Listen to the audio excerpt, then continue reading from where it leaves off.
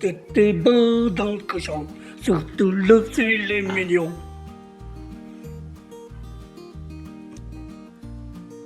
Trêve de plaisanterie, aujourd'hui on se prépare un filet mignon avec des tagliatelles et une sauce sublime, une sauce forestière. C'est tout de suite après ça.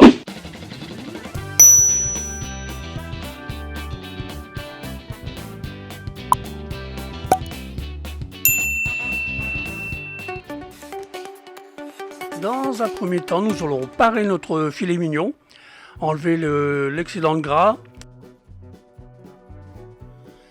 Dès que ma viande sera parée, nous passerons à l'étape du salage.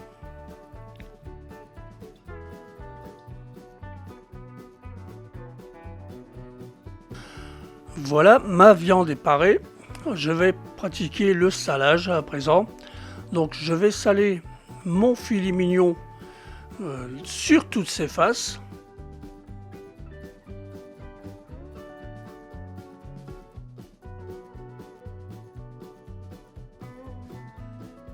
Je vais aussi le masser afin de faire pénétrer le sel dans les chairs.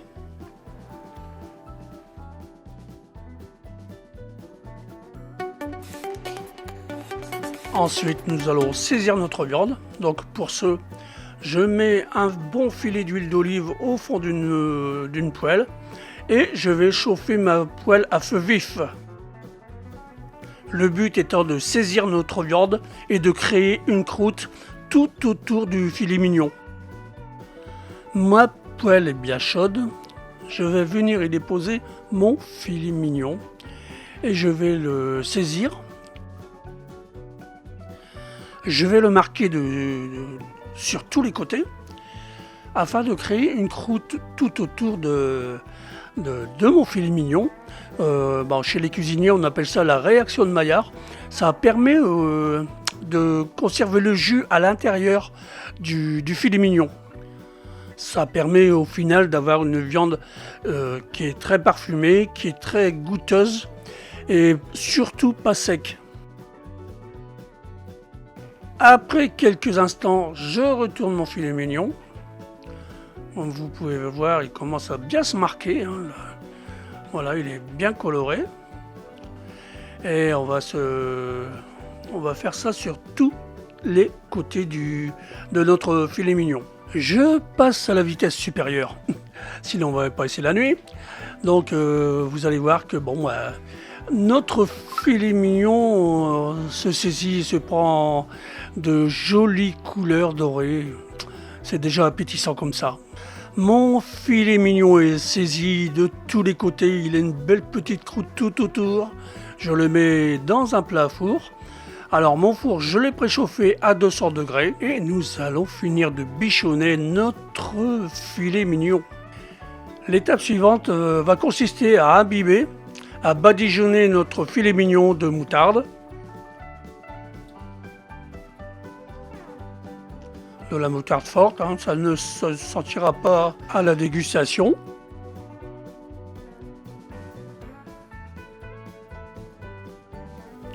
Bon là Félix, il faut accélérer un petit peu là. Tes spectateurs sont en train de s'endormir là, c'est pas possible. Allez, du nerf, nom de Dieu.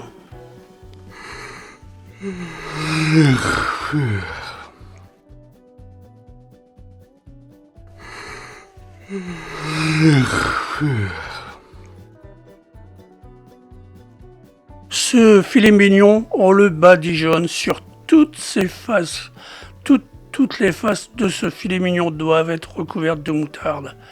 Ça va légèrement pénétrer à l'intérieur et donner un goût exquis à notre viande. Ah oui, c'est bien ça.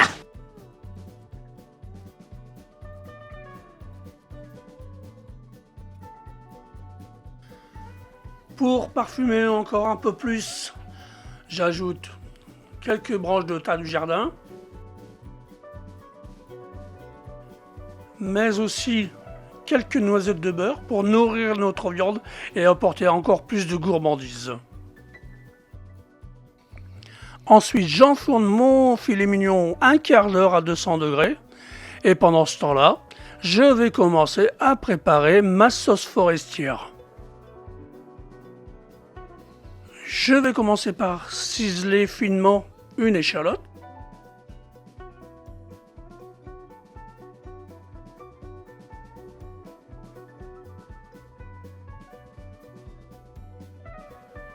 Dans une casserole, je vais mettre un peu de beurre à fondre.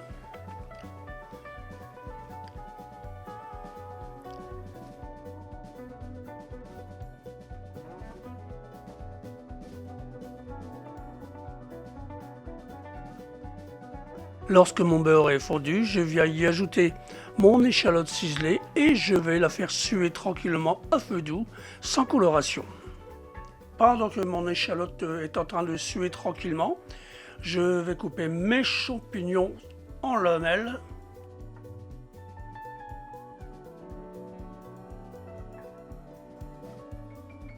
Je finis juste de couper les champignons et le four m'appelle.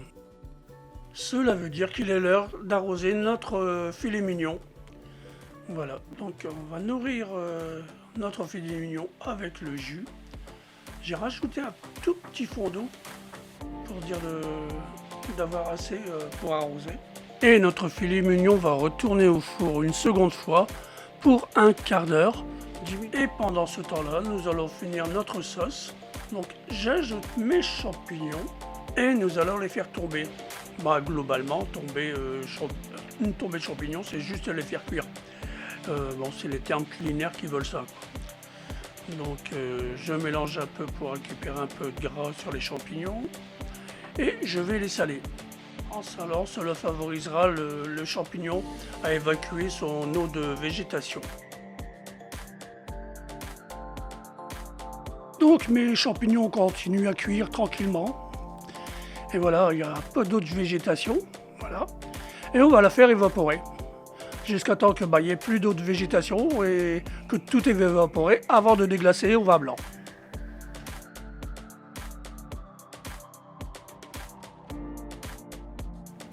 Là, je suis quasiment à sec, donc je vais pouvoir déglacer au vin blanc. Donc, je vais y ajouter mon vin blanc, 10 centilitres environ, et je vais laisser réduire à feu un peu plus vif. Le vin blanc va nous apporter une petite touche d'acidité, mais en aucun cas il y aura encore de l'alcool. L'alcool s'évapore. La petite marmite juste derrière, c'est de l'eau que j'ai mis à chauffer, à bouillir même. C'est de l'eau salée. Elle va nous servir à cuire nos tagliatelles. Et en attendant, on laisse finir de réduire notre vin blanc. Et ensuite, on passera à l'étape suivante. Donc mon vin blanc est évaporé, la réduction est faite. Je suis presque à sec.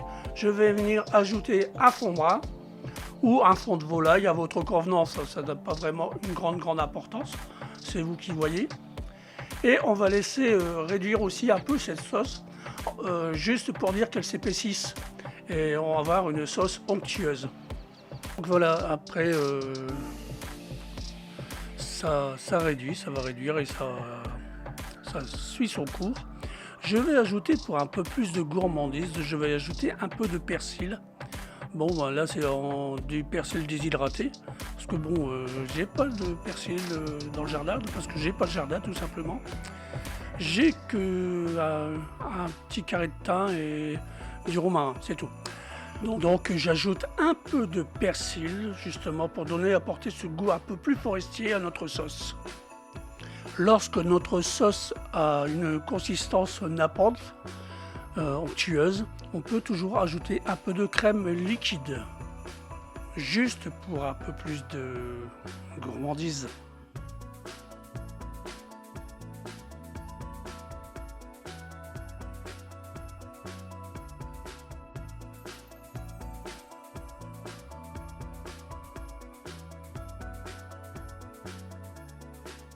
Voilà, la texture de ma sauce est parfaite, onctueuse et nappante, donc pas de souci. Je vais baisser un peu le feu sous la casserole pour arrêter l'ébullition. Voilà. Et je viens y mettre, comme prévu, de la crème pour de la gourmandise, pour On va pas se priver.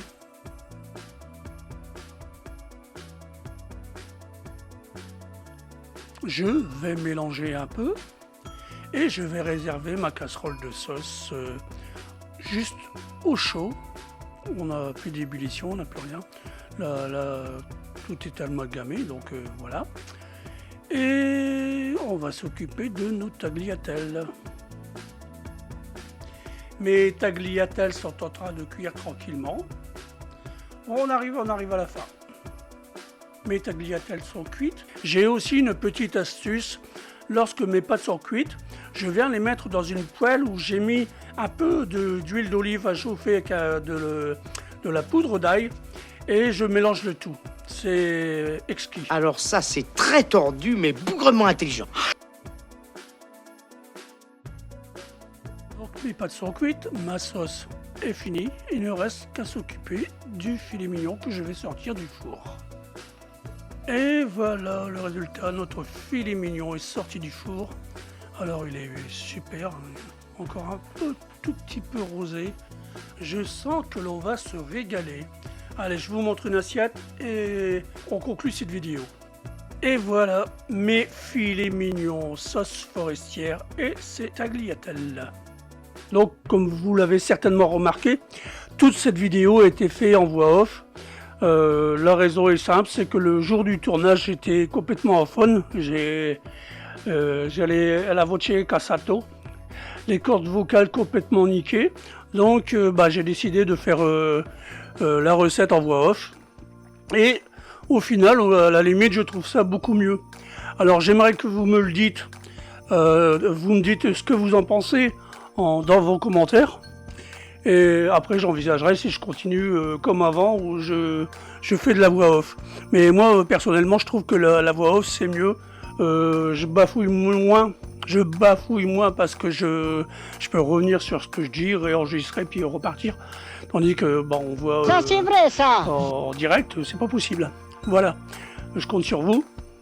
Et gros bisous de tonton Félix. Cette recette est à présent terminée. Merci de l'avoir regardée jusqu'au bout. Si vous l'avez aimé, laissez-moi un petit pouce bleu en l'air. Si vous n'êtes pas abonné, abonnez-vous. Partagez cette vidéo au maximum pour que tout le monde en profite. Et laissez-moi des commentaires, je réponds à tout le monde. Et sur ce, gros bisous de tonton Félix, à bientôt.